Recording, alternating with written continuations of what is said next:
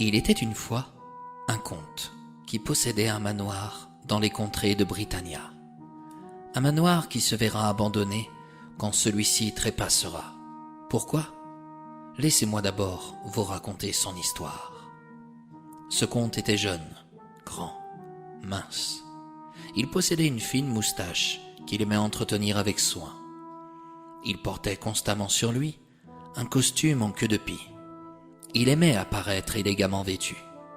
Mais ce comte vivait seul. Son manoir avait besoin d'animation, de fantaisie. C'est pourquoi il devait se trouver une femme.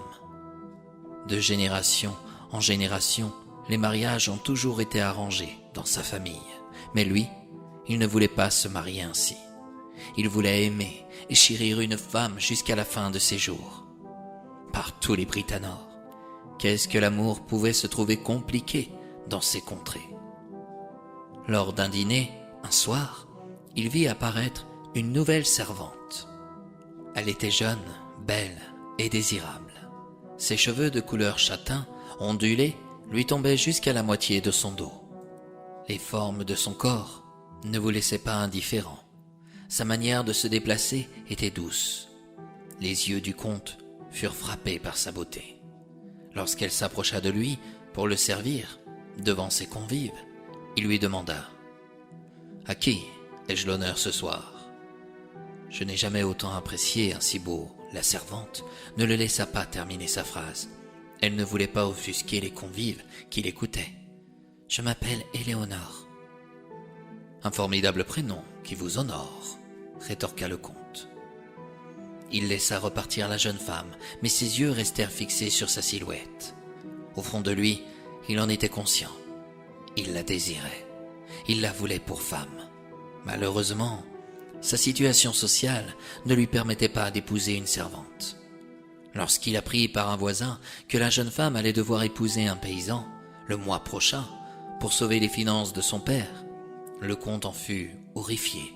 Pourtant, c'était une chose assez courante qui se passait à son époque et dans ses vallées. Quelques jours plus tard, un soir, le comte guetta les pas d'Éléonore dans un couloir de son manoir. Alors que l'orage tonnait dehors, il vint derrière elle et la surprit. « Je vous ai fait peur ? Un peu. Je ne m'attendais pas à votre présence, et l'orage m'effraie. Je n'aime pas ce temps. »« Éléonore, j'aimerais discuter avec vous. »« Je ne peux me permettre de palabrer avec vous, monsieur. Je ne suis qu'une servante et vous, je le sais, la coupa-t-il. Je suis le comte de ce manoir. Pardonnez ma maladresse, mais si je suis là, c'est parce que vous troublez mon corps comme mon âme. Monsieur le comte, je ne peux vous permettre d'aller plus loin. Assez, ordonna-t-il. Laissez-moi terminer. Je vous aime, Éléonore. Comprenez-vous ça ? J'aimerais, mais je sais que vous êtes promise à un paysan. Pour sauver les finances de votre père. Êtes-vous heureuse de cette situation ? Je permets à mon père de ne pas être pauvre. Les récoltes n'ont pas été assez bonnes cette année. Vous ne répondez pas à ma question. Que voulez-vous savoir ? Je vous aime, Éléonore, et j'aimerais savoir si les sentiments que je ressens à votre égard, vous les ressentez aussi pour moi. Au vu de ma position, je ne peux répondre. Et si je vous l'ordonne ? Coupa-t-il à nouveau. La jeune femme, surprise, baissa les yeux. Elle préféra rester muette devant une telle remarque. Mais le comte insista pour connaître sa réponse. Elle lui avoua enfin qu'elle l'aimait secrètement, qu'elle le trouvait à son goût, qu'elle pensait à lui nuit et jour. Le comte la remercia d'avoir été sincère, puis il la laissa retrouver ses tâches. Des jours passèrent. Le comte savait bien qu'il ne pouvait épouser l'une de ses servantes. Mais la jeune femme espérait, après cette discussion, un soir d'orage, dans un des couloirs du manoir. Quelques mois plus tard, le comte l'invita à se promener sur l'un des sentiers près du manoir. Il lui demanda à nouveau « M'aimes-tu toujours autant ?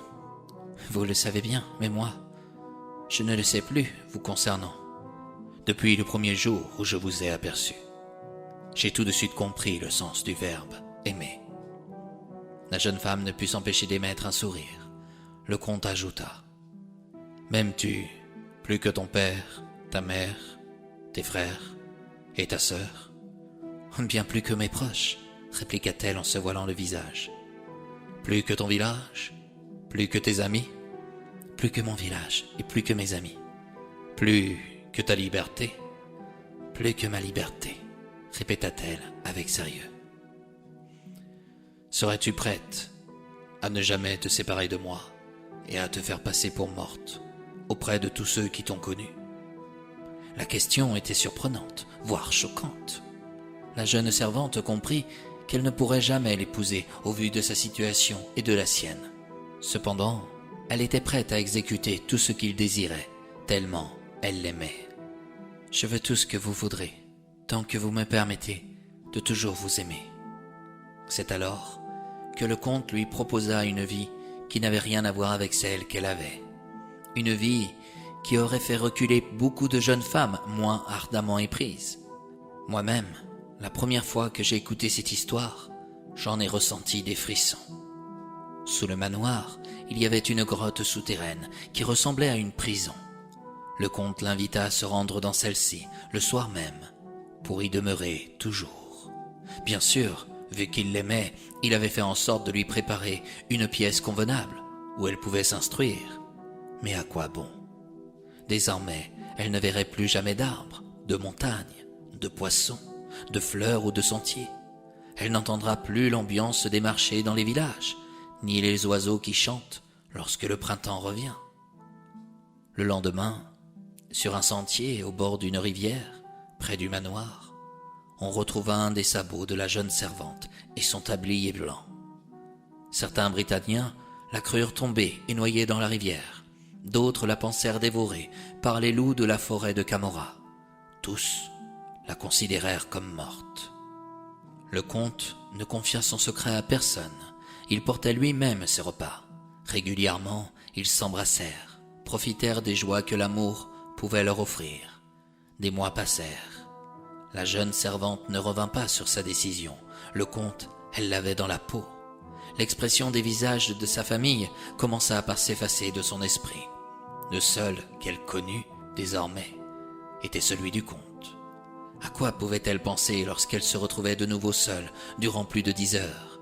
D'ailleurs, il n'y avait aucune pendule dans cette grotte. Le temps n'existait pas, le jour et la nuit non plus. Ne regrettait-elle jamais d'avoir sacrifié sa famille, sa liberté, à un amour si égoïste et si dévorant ? Elle l'ignorait, mais de son côté, le comte fut forcé d'épouser une femme pour des convenances qui ne lui plaisaient guère. Ne versa-t-elle pas des larmes d'ennui ou de remords ? Personne ne le sut. Un beau jour, le comte fut convoqué. Une guerre éclata entre des Amazones et des Centaures dans la forêt de Camorra. Le comte partit pour leur faire essayer de trouver un accord.